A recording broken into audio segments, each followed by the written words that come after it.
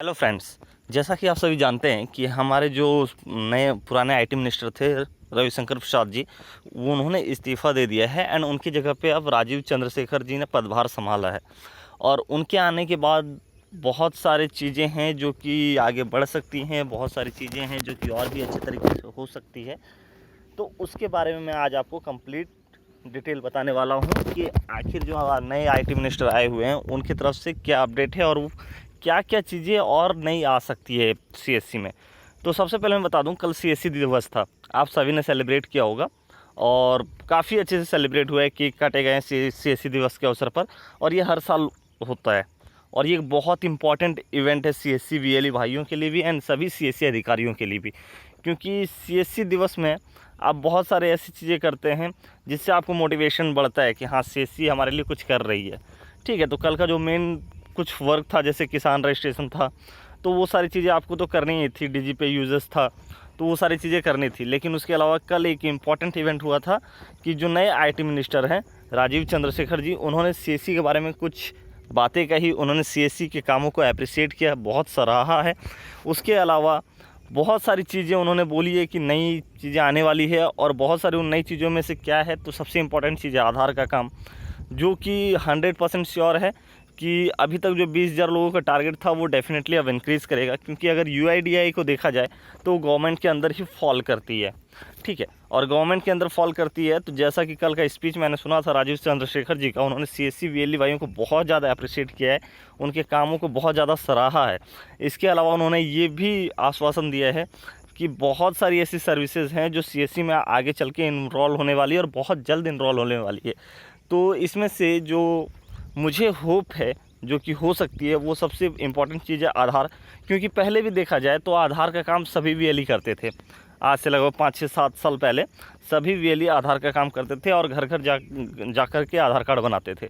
तो ये एक तो इम्पॉर्टेंट सर्विस है जो कि 100% श्योर बहुत जल्द सभी सीएससी वीएलई भाइयों को मिलने वाला है। इनफैक्ट दिनेश त्यागी सर ने इसको लेके अपडेट दिया था। दिनेश त्यागी सर ने भी बोला था कि अभी जो है आधार एनरोलमेंट का काम स्टार्ट होगा, बट उनके लिए स्टार्ट होगा जो स्मॉल बच्चे हैं, छोटे बच्चों का आधार एनरोलमेंट आप कर सकते हैं हॉस्पिटल जाके, आंगनवाड़ी सेंटर पे जाके, स्कूल जाके, वहाँ पे जाके आप छोटे बच्चों लोगों का आधार कार्ड के लिए एनरोलमेंट कर सकते हैं, उनका आधार कार्ड बना सकते हैं। एडल्ट्स के लिए कब तक आधार एनरोलमेंट का काम मिलेगा ये अभी तक पता नहीं है। इसके अलावा जो आधार सुधार का काम है वो तो ऑलरेडी मिल चुका है, लगभग 16,000 सीएससी सेंटर्स को आधार सुधार का काम भी मिल चुका है एंड ये बहुत अच्छे रैपिड तरीके से हो भी रहा है। आपने पहले मिस कर दिया इस अपॉर्चुनिटी को, तो अब मौका है। अभी मैंने एक वीडियो हाल ही में बनाया था कैसे आपको आधार सेंटर के लिए अप्लाई करना है, आप वो वीडियो जाके देख लीजिए, वहाँ से आपको सारी चीज़ें पता चल जाएगी एंड पूरा कंप्लीट प्रोसेस पता चल जाएगा, क्या क्या डॉक्यूमेंट्स की रिक्वायरमेंट है, सब कुछ आपको वहाँ पे पता चल जाएगा। तो वो वीडियो आपके लिए मैंडेटरी होगी, एक बार जाके आप देख लीजिए, मेरे चैनल पर ही अवेलेबल है। इनफैक्ट आप जब मेरे चैनल पर जाइएगा तो वहाँ प्लेलिस्ट का ऑप्शन है, प्लेलिस्ट में मैंने सीएससी सर्विसेज करके एक प्रॉपर प्लेलिस्ट बनाया हुआ है, उसमें जितनी भी वीडियो हैं सारी की सारी सीएससी से रिलेटेड है, तो आप वहाँ पे जाके एक बार चेक कर लीजिए।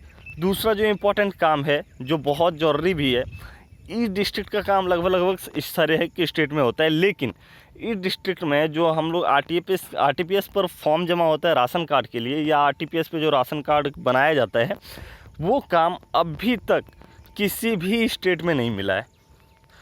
तीसरा काम है ई स्टाम्प पेपर का। ई स्टाम्प पेपर का काम लेने में भी बहुत प्रॉब्लम होती है, क्योंकि बहुत सारे वीएलईज इसका प्रोसेस ही नहीं जानते हैं कैसे लेना है, जबकि ई स्टाम्प वाले में तो बहुत अनलिमिटेड इनकम है, अनलिमिटेड पैसा है उसमें।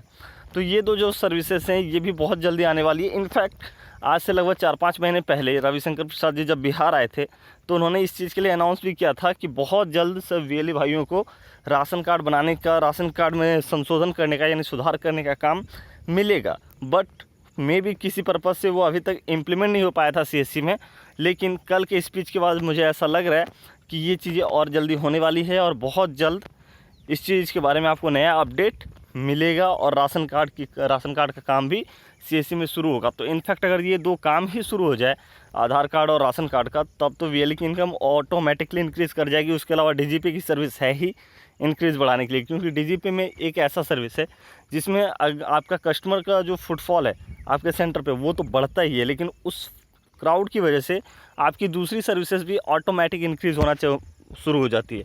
आपको सिर्फ क्या है कि आपको जानकारी देनी होगी।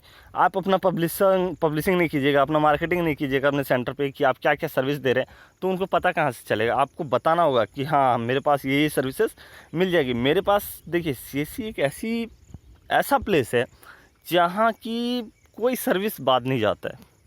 आप हर एक सर्विस यहाँ पे कर सकते हैं, टिकट बुकिंग से लेके बस बुकिंग से लेके ट्रैवल से लेके जितनी चीज़ें हैं, बैंक हो, FD हो, RD हो, आधार कार्ड निकालना हो, पैन कार्ड निकालना हो, वोटर कार्ड निकालना हो, A to Z चीज़ें आप यहाँ पे कर सकते हैं।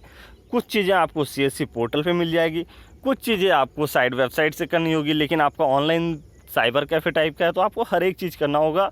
और इन चीज़ों में आपको बैंकिंग का जो सर्विस प्रोवाइड कर रहे हैं वो बहुत इंपॉर्टेंट रोल निभाता है, क्योंकि बैंकिंग की सर्विस जो भी सेंटर प्रोवाइड करता है उनके सेंटर पे लोगों का आना जाना बहुत ज़्यादा होता है, और इस वजह से वहाँ पे क्या है कि आप ज़्यादा से ज़्यादा डील को क्लोज़ कर सकते हैं बिल्कुल आसान तरीके से।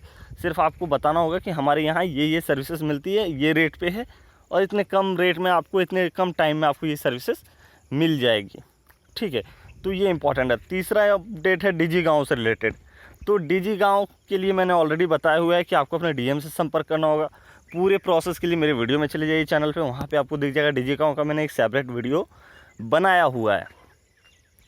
चौथा चीज़ है कि आपको जो CSC की एक्टिविटीज़ होती है उसमें आपको एक्टिव रहना होगा, क्योंकि CSC की एक्टिविटीज़ में एक्टिव रहेंगे तो आपको आगे चल के बहुत बड़ा फ़ायदा है। और सबसे इम्पॉर्टेंट अपडेट जो कल एक VC के दौरान बताया गया है कि DGP जो है यानी फाइनेंशियल सर्विसेज में DGP सबसे इंपॉर्टेंट है।